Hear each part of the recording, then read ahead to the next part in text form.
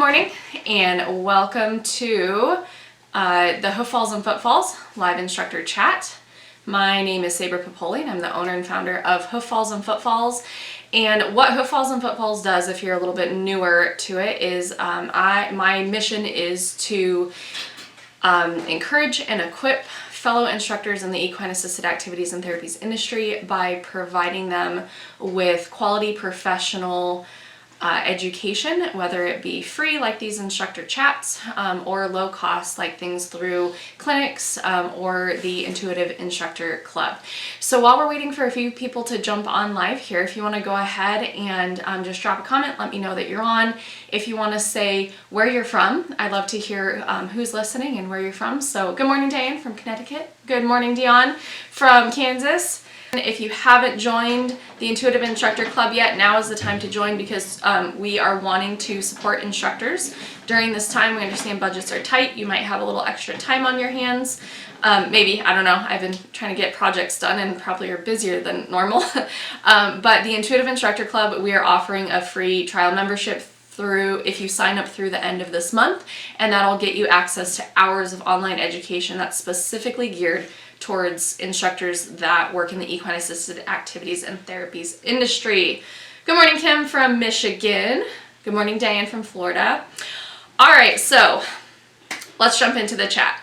I was honestly a little hesitant to do this because I like going into things feeling extremely prepared.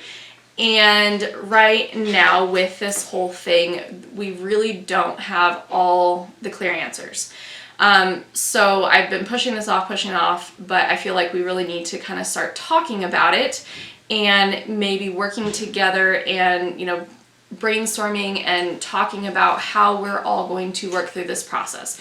So the goal of this chat is not to tell you cut and dry how to start back up and offer equine assisted activities or equine assisted therapies after this virus break.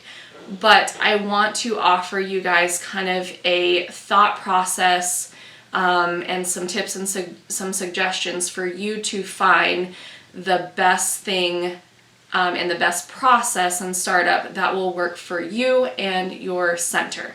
And hopefully this thought process is helpful to instructors that are kind of standalone, instructors that are maybe running instructor training programs or college programs where they're having to interact hands-on, or if you're at a larger size center. So hopefully these tips will be helpful to you guys. And if you are already in the process of planning the re-entry after this virus, please feel free to drop comments or ideas or tips that you have in the comment area so that other people can benefit from that information. Because again, I don't know everything. This is a really great time to network, so go ahead and do that. All right, so I think I already said this, but I really want to encourage you guys to understand that each instructor and center, we are all in very different and unique situations. So, it might be an instructor who has more of a standalone program, does more independent students, doesn't utilize volunteers. You could be an instructor at a very large center where you guys specialize in serving those extremely involved students that have full teams or, very large group settings. And there's lots of people out in the arena. So there's a wide variety of who is listening and who's going to have to re-enter after this chat. And also, we are all in different states, possibly different countries as well, since this is a global thing that's happening. So understand that your plan might look different from your neighbor down the road or from your neighbor in another state or another country, and you guys need to do what works best for you. In this chat, we're going to cover talking about a slow start versus going back kind of full swing like we would normally do at the beginning of a program year, how we can prepare our equines, how we can prepare our volunteers, how we can prepare our staff, preparing our participants, and looking at how we can create a plan and a timeline. So that's kind of where this chat is going to go. Couple disclaimers, this is not professional legal advice. You need to follow CDC guidelines. You need to follow local and state laws. Please seek advice from local attorneys. You need to do what works best for you in your situation while also abiding by government and state and local law. So, little disclaimer there. If you are certified through PATH International as instructors and as member or premier accredited centers, we should be abiding by the PATH International standards for certification and center accreditation. And one of our standards actually is, sorry, all jumbled up. Coffee just kicked in. So one of our standards is actually A6, and that says, does the center meet federal, state, and local laws regarding openings? So that means that as instructors and as centers, if you're certified through PATH, you need to make sure that you're abiding by the laws and state and local government. So make sure that you guys are doing that. If you're certified under another entity, CHA, EGALA, any RDAs that are available in other countries, make sure that you're checking with your certifying bodies, rules and regulations as well, to make sure that you're meeting standards in this time. All right, I'm gonna grab a drink of water really quick. So let's go ahead and let's talk about the mindset going into the chat. So I'm a planner. I like knowing all the answers, like I kind of opened up with this chat. So going into a situation like this, I try really hard to see the silver lining in things. So even though this was a very unplanned break, this is not what any of us wanted to do. It threw a wrench in a lot of our years. I'm trying to see the silver lining and encouraging other instructors and centers to see the silver linings in the different pieces that we're going to talk about.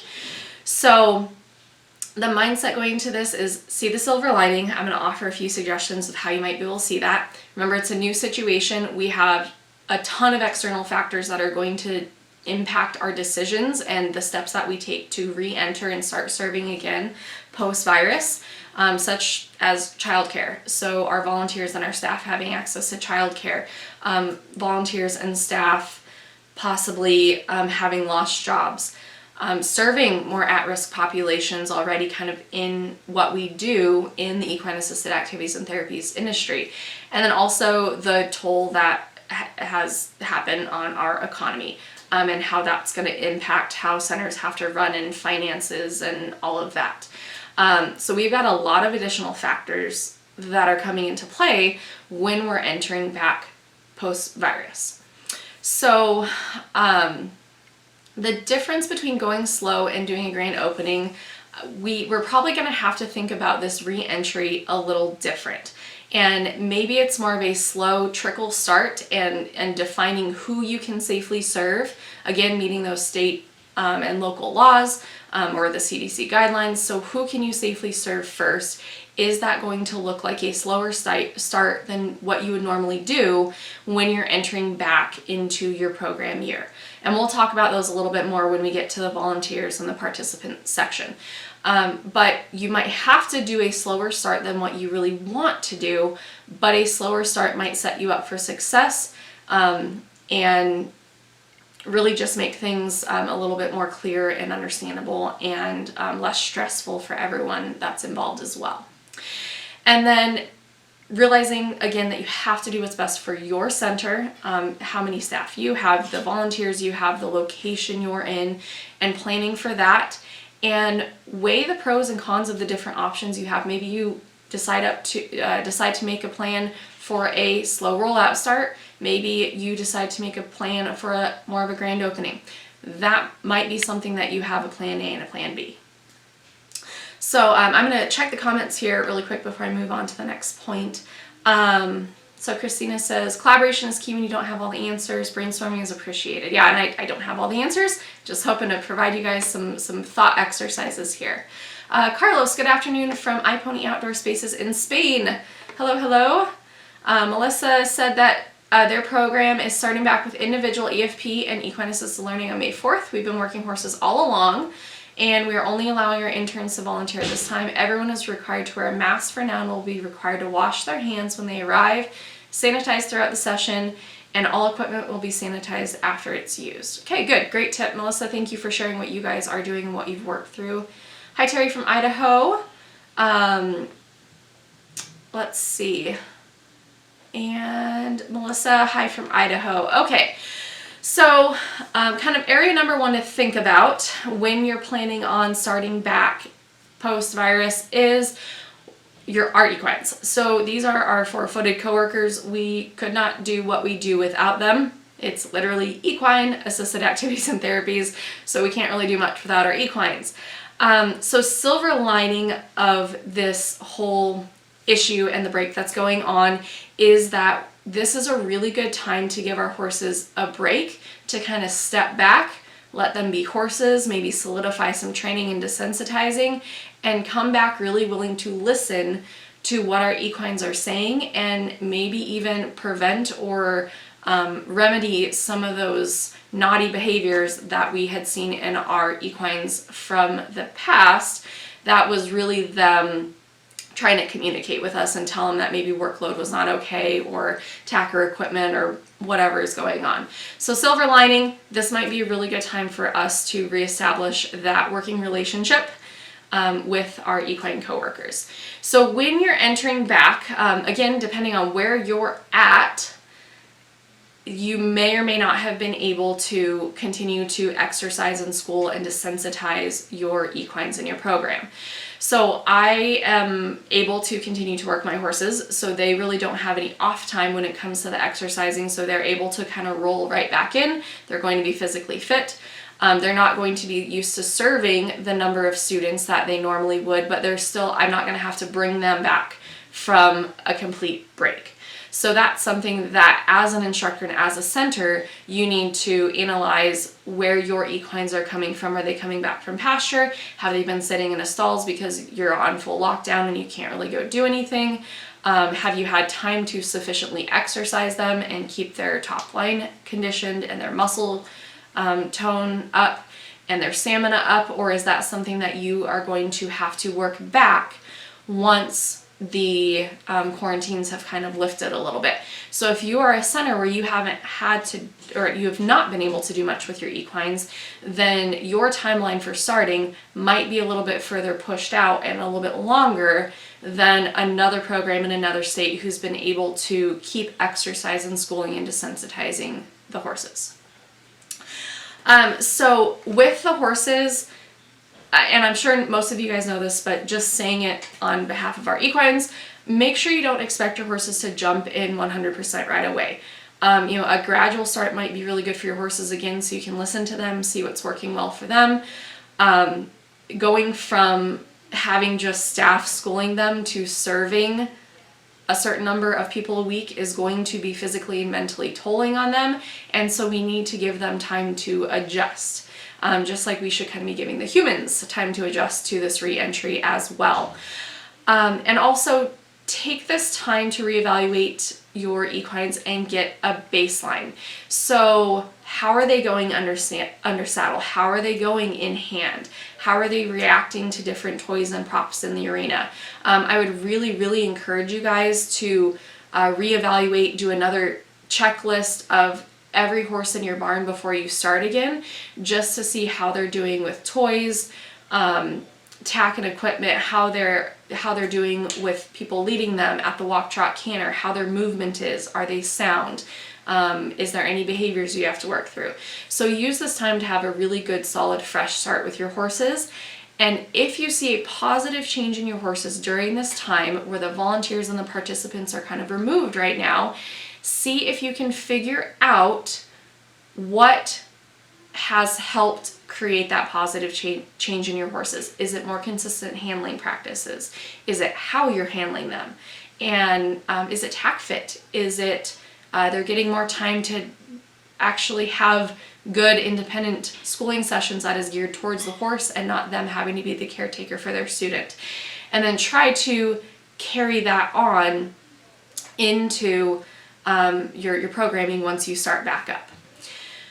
Don't forget to do tack fitting, especially coming back from a break. Maybe you've had more time to school, less time to school, muscles have changed on your horses, so recheck tack before you guys start back up, please, please, please.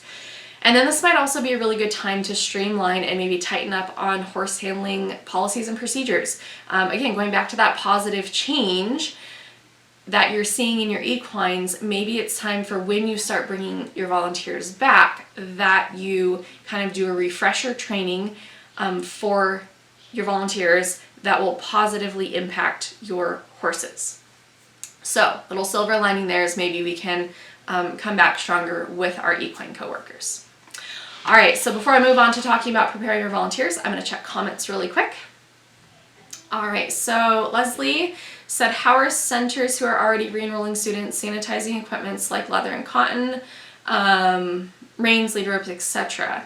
So I would suggest checking the CDC website and following their guidelines for what products are acceptable for sanitizing different surfaces. There's actually a list of products that is suggested by, I don't know, I think endorsed might be a little bit too strong, but suggested by the CDC to sanitize and clean off surfaces.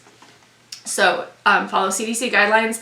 If a friend or a center tells you that you should do it a certain way, take that information, but please, please, please always do your research and double check, because there's a lot of rumors and stuff that are floating around during this time. All right. And then another person said, what are you doing about liability forms? Are you doing specific releases forms for the virus? So we'll kind of get to that in a minute, but it looks like there's already some comments here that I'll read off at the end talking about forms and liability. So really good question, Dee. Nice job bringing that question up about forms. All right, so we talked about mindset going into this chat, preparing equines. Now let's talk about preparing our volunteers. So silver lining, again, of volunteers during this time is that this might be a really good time to start fresh with volunteers. Figure out the strengths and the weaknesses of volunteers, really find that sweet spot for them to volunteer. Maybe someone was coming out too much and they were getting burnt out, and you can kind of encourage them to keep being involved, but maybe help them understand the balance between volunteering and outside, work and school life or work and home life, whatever it might be. Because I know some volunteers love it so much, but they get burnt out, and we don't want to lose those volunteers that are often great, but they're getting burnt out from being out there too much. So with your volunteers, I would start reaching out now to see who is willing and able to come back, even if you don't have a specific start date. Get a feel for who is maybe running into some new struggles, childcare or work challenges or school challenges. Start planning now for who you're able to kind of count on, hopefully, when it comes to volunteering, because that answer that you get from your volunteers is going to play in to how you're able and who you're able to serve once you start back. And again, we're going to have to abide by sanitizing procedures and local laws of how many people can be on site, but you should still get a feel of your volunteer base coming out of this. And ask them to be very realistic and very honest with you, and tell them it's okay to say no right now if they're not okay to volunteer because of other commitments. So reach out to your volunteers, check in on them, see what it's looking like for them. Be prepared for lower numbers, just with childcare and work and maybe having to pick up an extra job to catch up on bills, all of those things going on. Some volunteers might be struggling with immune issues themselves and may not feel comfortable coming back to volunteer, and that's okay. So just check in with those volunteers. Training updates. So again, is there anything that you want to use this time now to retrain or maybe solidify training on with your volunteers? Do you need to retrain them how to do supportive holds? Do you need to retrain them how to interact with the students and be a really good coach or a sidewalker to that student while they're out in class? Do you need to retrain them on horse handling policies and procedures so that the consistency can be maintained with the horses post-break? Someone had mentioned liability forms. So do you need to do any type of paperwork updates? Do you need an extra liability form sign off for them saying that they understand the risks of coming back out? Are we going to need any type of, antibody check off to see who has had this and who has antibodies? Again, I don't know if that's going to be a thing or not. Just kind of thinking long term, hearing the chatter of what's going on and maybe planning for that. So again, how are you going to hold up those guidelines or those rules if that is where this goes, or if that's where your center wants to go? So kind of just be thinking about that. Some centers have done a really good job of keeping their volunteers engaged. They've had their students make little videos or letters to send to the volunteers. They've had horse and barn virtual visit times with the volunteers. So awesome job, guys, for doing that and keeping your volunteers engaged. That's really, really cool to see you guys doing that. And there's some really cool stuff going on in Stephanie Victoria Zabata. I'm sorry if I said her name wrong. It's your new last name. But Stephanie Victoria's co-op, there's some really cool ideas to keep volunteers and participants engaged. And a lot of the people that are doing those things to keep the engagement up are in that group. So make sure you check out that group as well. So volunteers, just reach out to them, plan ahead, be realistic with your numbers, and have that factor into your re-entry plan. Be very cautious with those volunteer numbers and be aware of your volunteers' personal lives and be gracious and be understanding of all the stress that they're going through. Just like you guys are going through a lot of additional stress right now and a lot of unknowns, your volunteers are going through that same thing. So just keep that in mind. All right, preparing staff. So little silver lining there. Maybe this is their chance to kind of think outside the box. So think outside the box being, how can they provide virtual visits? Maybe someone has a new format that they've been wanting to try that requires less volunteers. Maybe it's an instructor who's always taught group lessons, but now they're going to teach more private lessons because that's how the rollout's going to be. So this might be a really cool time for the staff to get to do something a little bit different than what they're used to doing or what has always kind of been their job or their role there. So make sure you're listening to staff, listening to ideas, collaborating together, have Zoom meetings, and listen to each other during this time, because someone might have a really unique idea to share that might be a positive for your center. Listen to your staff, reach out, check in on them, and be willing to listen to how they're dealing with things and how they're coping right now. Are they overwhelmed with kids being at home, no childcare? Maybe their secondary job that helped them be able to teach is gone, or maybe their spouse's schedule has significantly changed. So be willing to listen and plan around your staff and be gracious and understanding during this time. Be willing to talk and work it out and try to find creative ways to help each other during this crazy time. And then also, when you're planning that re-entry, be aware of how much you're asking each staff member to do, or if you're kind of, one of those 1 or 2 man operations, be aware of what you're asking yourself and maybe that right-hand person, what you're asking them to do. Don't overwhelm yourself. Take your time.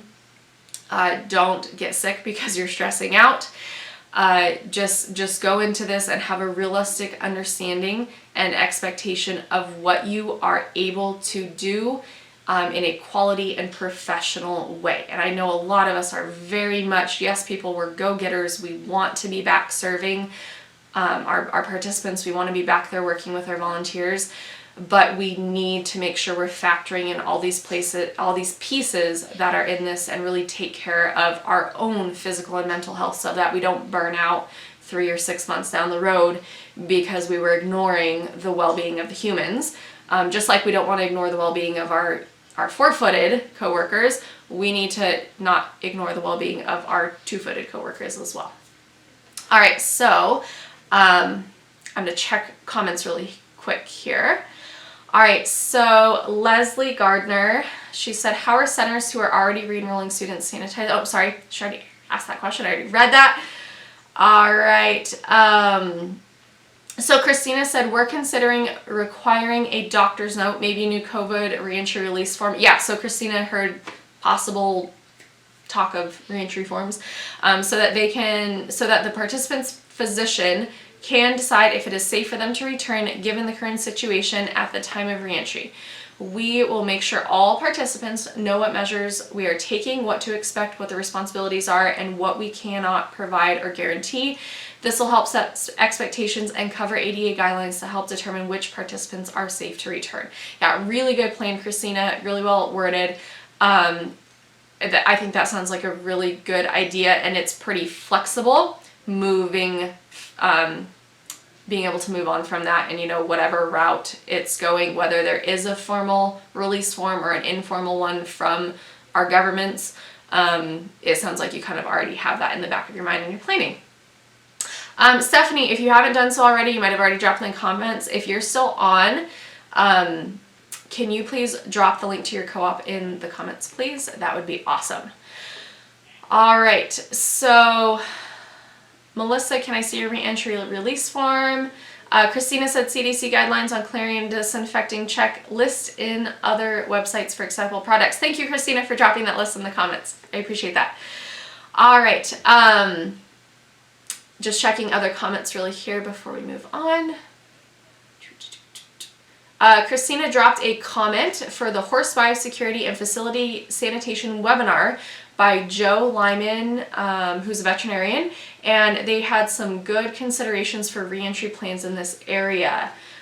Stephanie did drop the link to her co-op and her website in there. Thank you for dropping that in there. Christina dropped another comment in there for the Equine Disease Communication Center resource. So make sure you guys are checking the comments in this. I will try to grab all these links as well and put them into a blog that I will put this video in, so that those that are watching on a replay, whether it's through the podcast or YouTube, so that you guys have access to all this great information that's in the Facebook comments here, since this is where the live stream was. All right, just making sure I'm not missing anything else. All right. Okay, so I'll come back to comments in a second. So let's talk about now preparing our volunteers. So silver lining of our volunteers, or I'm sorry, of our participants, for the families, and I'm not saying that families have been ungrateful or they don't realize how important equine assisted activities and therapies are to them, but this break might make them realize how valuable and how important your lessons in your center are to their child, to them if they're participants, or to their family. So this might be a really cool time to document stories. Maybe there's a family willing to share kind of, hindsight 2020 of how equine assisted activities or therapies have really impacted them and what they're missing and what they're looking forward to returning to once all this stuff is up. So try to reach out, see if you can gather stories, listen to your families, listen to what they're saying. It's a really good learning experience for us to listen to the families.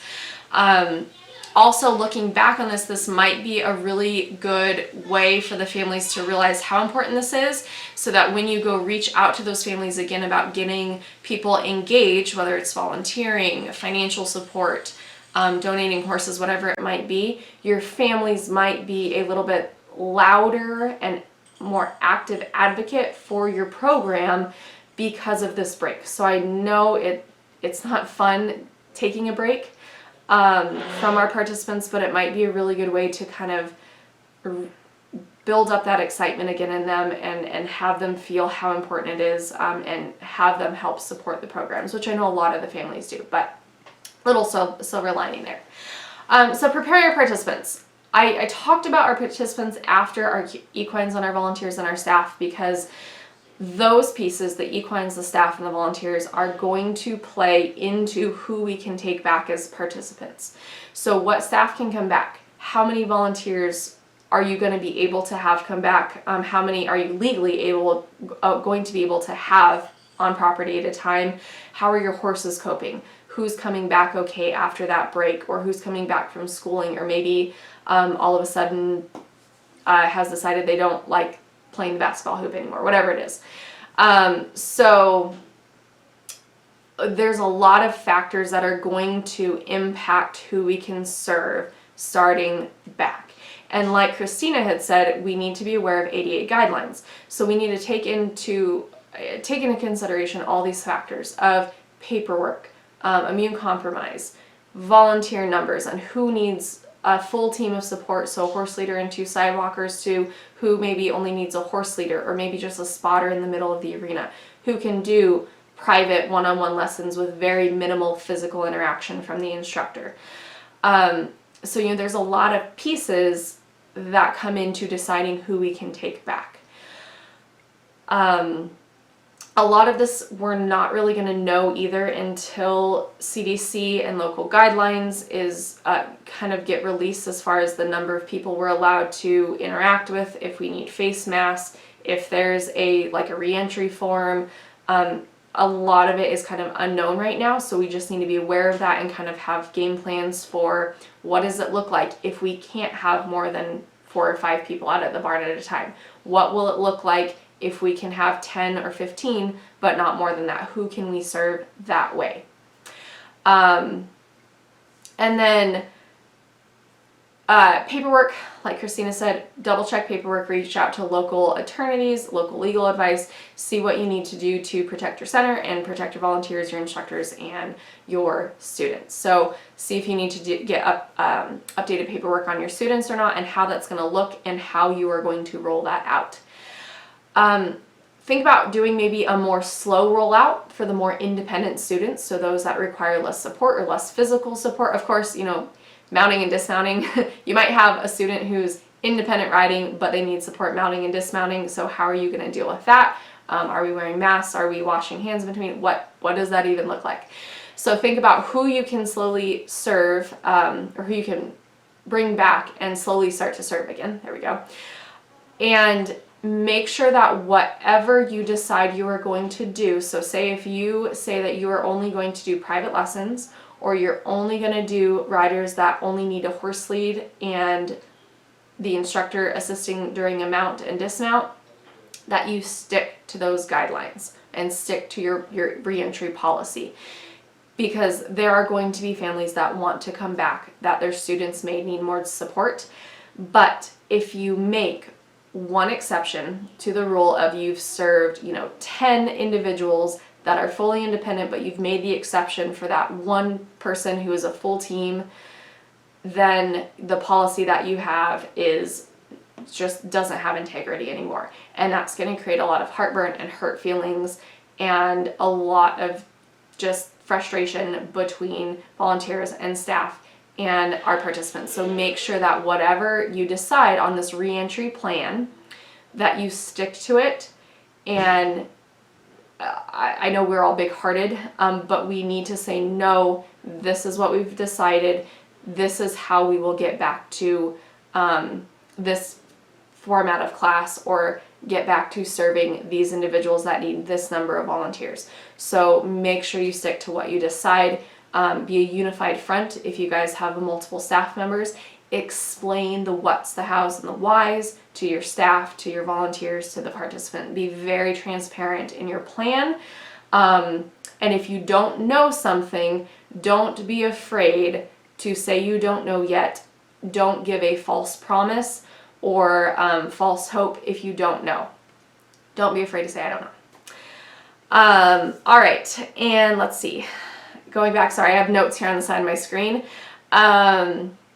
So slow rollout. Can you do some private lessons or semi-private lessons instead of group? You might be an instructor or center who has always offered group lessons. See if there is financially a way that you can offer private or semi-private lessons, with the understanding that it might modify or morph back into group lessons. So have a plan of how this reentry may look and how you might get back to more of your typical program format down the road. Think outside the box when it comes to offering maybe virtual lessons between now and when you actually get to start back up, and also continue those virtual offerings for the participants that you're not able to serve yet due to the number of volunteers that person might use.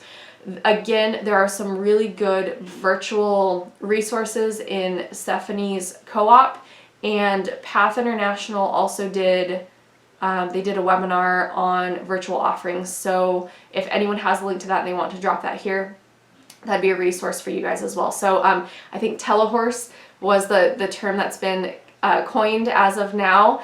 But the telehorse things I've heard are doing extremely well. So great job, guys. There's many different formats and many different ways that you can offer it.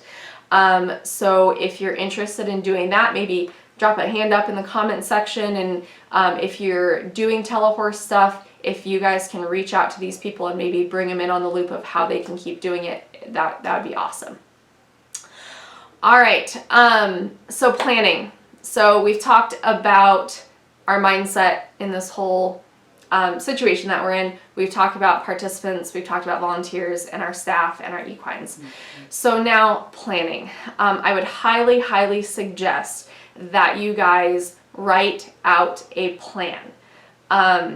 Because again, just talking about it, sometimes people hear different things. So having it in writing is helpful. And if you make it kind of like a flow chart or a graph or however your brain works, you might be able to more easily adjust and shift things as all of this stuff kind of changes or develops, or we get more information. So put down your plan in writing, especially those things that are going to come off as policies for volunteers or staff or participants. And once you have that policy and that plan solidified as much as possible, share that with who you're serving and who you're working with so that you're transparent and they know the plan moving forward. And again, don't be afraid to say, I don't know, we don't have a plan yet, but it's in the works, we'll let you know. So, suggestion on writing your plan: figure out how much time you realistically need to start up again. So how much time do you need to get your horses back in shape? How much time do you need to do any, sanitation procedures, any volunteer update trainings, get paperwork back on file, get your staff all geared up and ready to go? Figure out what that time frame looks like. Maybe you have 2 time frames. Maybe you have one for a slow rollout. Maybe you have another one for a little bit more heavier rollout and a bigger start. Then once you have that timeline, say it's 4 weeks out, you need 4 weeks to get everything together, or 6 weeks. Then once we get the go ahead, and it's probably going to be state by state, country by country, of when we can go ahead and start offering services again, take that date, say June 1st, again, I'm not saying that's the date, but take June 1st, for example, and then count back 4 to 5 weeks from there, and that's where you need to start. Or if we're in this moment right now, say today, we get told, okay, we're going to be good to go in 2 weeks. You guys can reopen in 2 weeks. You still need to stick by that plan of, no, you know what? I know I need 4 weeks to safely get everything going. And so even though I'm told 2 weeks from now I could reopen everything if I want, I need to stick to that 4-week plan of getting everything in place so that things are professional and safe and I've got everything covered. And I know that's going to be really hard to hold off and wait, but make sure you do it right and stick to the plan if you know that that's the right way to go about it. Don't be afraid to come up with a plan A or a B or a C. Have a plan for your ideal situation, your ideal opening, and then identify 1 or 2 of the top things that could go wrong. Maybe we're required to get reentry paperwork showing antibodies or whatever it might be. Or maybe we get the news that we can only have 5 people or 10 people out at a location at a time. How are you going to plan around that and create a plan A, a plan B? So be thinking about this so that when these things roll out, it's not this big panic and rush to figure out what you're going to do. You've already gone through this thought process. Talk with your staff, talk with your volunteers, talk with your participants, make sure you're keeping them in the loop, listen to suggestions and ideas, just really collaborate, reach out to other instructors that are going through the same process right now. resource each other. And then also, let's see. I already talked about, well, just a reminder, follow CDC guidelines, follow local laws, follow, if anything, develops with the horses and how the virus maybe stays on horses, because they're a surface, if you think about it. Following local guidelines and guidelines from veterinary resources of how the horses play into this factor and how we can sanitize our horses, be prepared to kind of plan around that as well. So just be willing to be flexible. There are a lot of excellent links that are here in the comments. Like I said, I'm going to try to pull those into a document and a blog so that I can tie this video to it. Technology, fingers crossed, will cooperate so that this will be up on my YouTube channel and available for rewatching, and I will make it into a podcast as well so that you can listen. But hopefully this has been some helpful information. For those of you who maybe jumped on later, please share what you guys are doing now or any questions you might have right now. We're kind of entering into this Q&A time during the live time, so if you have anything you want to ask questions about or discuss, drop it in the comments right now. So I'm the owner and founder of Hoof Falls and Footfalls. I offer in-person, well, not right now, in-person and remote and online education for instructors in the equine assisted activities and therapies industry. Check out my website, hooffallsandfootfalls.com. There's lots of free educational resources on there. There's blogs, there's videos, there's my top list of books and articles. But also check out the Intuitive Instructor Club. That is a little offshoot of Hoof Falls and Footfalls. It's a collaboration of myself and 3 other master and advanced level therapeutic riding instructors who are also, someone else is an ES. I'm an ES. We have a driving instructor in there, lots of fun stuff. But the Intuitive Instructor Club, we want to give back to fellow instructors. And so through the end of April, we are offering people a chance to sign up for a free trial membership to gain access to hours of online educational content, videos, presentations, all of that has been specifically geared towards instructors working in the equine assisted activities and therapies industry. So if you jump on and claim that free trial membership, you'll have access for 30 days. All right, so I'm gonna read comments really quick. Again, it's Q&A time, so please let me know if you have any questions. All right, let's see. So I'm going to go up and find it. So, Dion says, I'm concerned parents will be upset if we serve some riders, but not all. Most of our riders are very comparable in skill and support required. Yeah, that's going to be really tough. What about doing, if you guys have a lot of the same level participants, could you go off of horses? So who can ride what horses and making sure you spread out the usage of your horses, and maybe even moving into a lottery system. So, if you know that this one horse can only take 2 students starting back, but you have 9 that in ideal situations ride this horse over a week, could you maybe do a lottery system for those 2 if there really is not a very clear, this rider is independent, this rider has a full team. Maybe lottery system, maybe horse-based, maybe coming out during different days and times, possibly, to spread that out. Just suggestions that kind of come up from my brain. If anyone else has a suggestion for Dion, drop that in the comments. So, let's see. People are dropping email addresses in there, so if you guys have any forms to share, feel free to do that. Stephanie said, Telehorse, it's awesome. Leslie said, I was thinking about dividing our usual group of riders served on a busy day so that every other week they would ride. Feasibility seems possible. Yeah, so that's another way to go about it too, is every other week or every 3rd week. So splitting up those groups so that you can serve those individuals, but maybe it's just not on a weekly basis. So really great idea, Leslie. Excellent job. Sierra said she'd love some info for Telehorse for their program. Is it Equate? EQUU8? That's a really cool name. I think it's Equate if I read that right. Stephanie says, keep your virtual telehorse lessons running even after you reopen to support participants that are not able to return right away. Yes, keep those running. Figure out how you're going to do it, and that's a really great way to keep them engaged. All right, Katie asked, can anyone share some kind of billing structure for telehorse lessons you have ever done?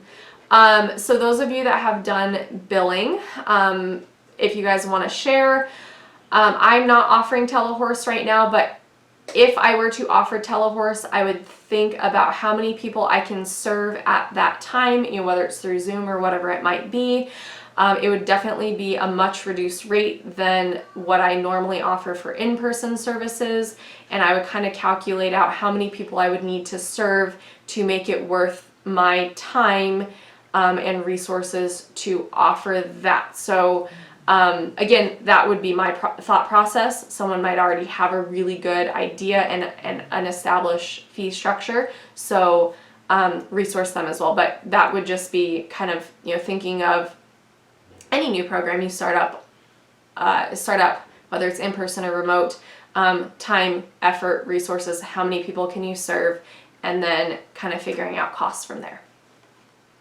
All right, so Jenny said, thank you so much for all this. I know I needed the encouragement and to be proactive. Yep, you're welcome. I think we're all in the same boat together. And yeah, just reach out. Don't be afraid to reach out. Join the Intuitive Instructor Club. If you join on the free trial, you're invited to our Facebook community group. There's a lot of good networking that's going on in there. Let's see. Jenny said, my biggest worry is helping with the volunteers and worrying about their personal safety. Oh, I'm sorry. Wow, I cannot read. My biggest worry is helping with the worry that volunteers will have about their personal safety. Woo, there we go. I got it out. Yeah, really good thought. Reach out to your volunteers and talk to them and ask them to be honest, ask them to share their concerns with you about that topic, and go from there. Don't be afraid to talk to them.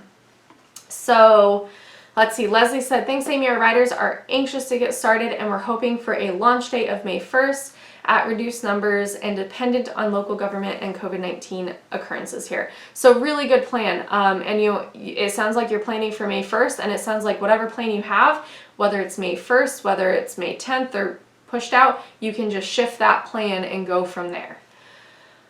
Thank you for offering this, so much media positivity and motivation. You're very welcome. Yeah, lots to digest. Dee asks, are the volunteers signing a release form for the virus also? I would suggest that if you guys have a release form that your participants are signing, that you maybe add in something for your volunteers as well, since they are also being put at risk. We have our participants sign the liability forms when it comes to being around the barn and the equines. And the volunteers sign those as well. Volunteers sign liability forms. So you would probably want to do the same if you're asking your participants to do that, to also have your volunteers do it. Again, seek local legal advice and to see if there's if you can use the same form or if it needs to be a different form for your volunteers versus participants. But that is definitely a good thought and something to check into. Let's see. Emma said, what about one group of riders one week and a different group of riders the next week and keep alternating? And that was her suggestion to Dion, who said that she has a very similar level of support and similar type of student throughout her program. Kanice, I believe I'm saying your name right. Kanice said, thanks for doing this. Has anyone planned a virtual fundraiser? If you guys have planned a virtual fundraiser, can you email her? I have seen the horse poop grid. I have seen there was a March Madness playoff between two horses and who could make a ball into a basket first by knocking the ball off the barrel into a basket. I've seen some virtual 5Ks. There have been a lot of virtual kind of like auction type things. I know legal stuff kind of gets sticky on those, so I would check into that. But there's a lot of really cool things. If you guys have done virtual fundraisers, feel free to drop it in the comments, but there have been some really cool ones out there.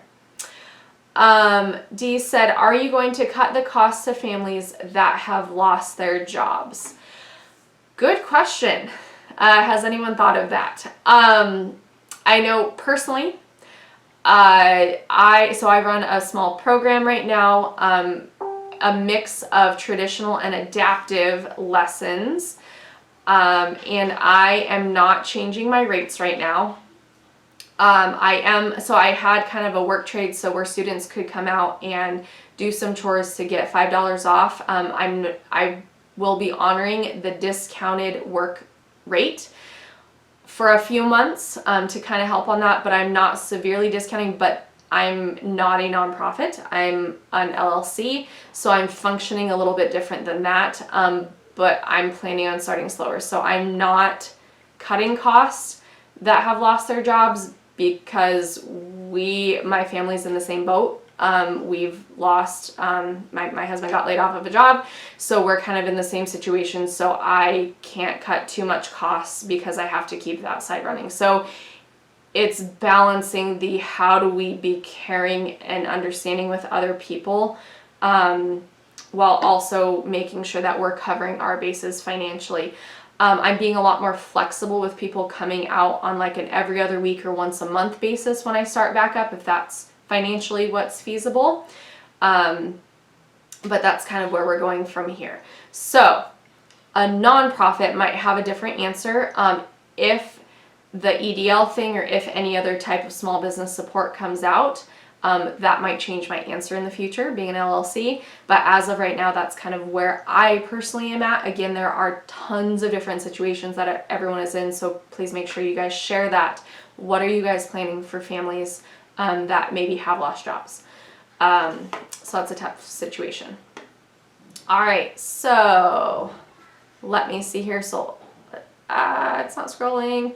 Okay. And Melissa said they're doing a virtual horse show. Ooh, that's fun.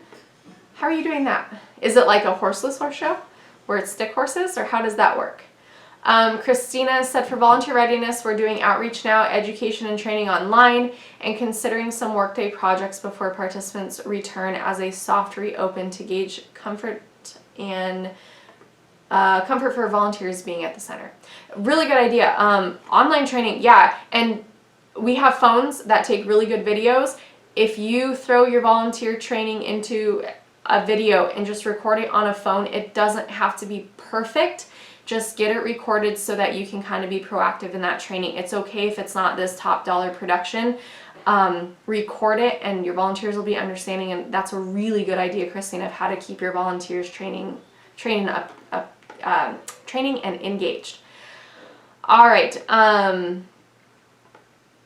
So Gate Therapeutic Riding Center was asking Christina if she could just share resources. Tamara said, what about a form for volunteers and riders to sign stating they will not show up if they are ill? I don't know about you guys, but I personally, at my small program right now, my individual one, and also when I was at a Premier Accredited Center, we already had a sick policy of if you're sick, don't show up. If you're a member of the Intuitive Instructor Club, both the free and the paying membership, there's actually a sample sick policy that is in the sample document area, so feel free to grab that. But that should help. The families don't always follow by it because they want to get out of the house so bad and their kids miss it. So there's that, but yeah, you should have a sick policy in place. Let's see. Oh, video interrupted. I'm sorry. Okay, so it looks like most of the questions have kind of slowed down. So again, thank you guys so much for jumping on. Please, if you're watching on a replay or listening on a replay, if you're listening on the podcast or the YouTube channel, please feel free to drop a comment. Check out hooffalls and footfalls.com. There's a lot of educational resources and links on there. Go to the Intuitive Instructor Club before the end of April. Grab that free trial membership to access online education for instructors in the equine assisted activities and therapies industry. And then you can kind of get a taste for the Intuitive Instructor Club, and that'll still be around after the end of April, but it's usually a paid membership. So jump on those. I'll be working on getting all this wonderful information you guys have shared into a document and into a blog to share.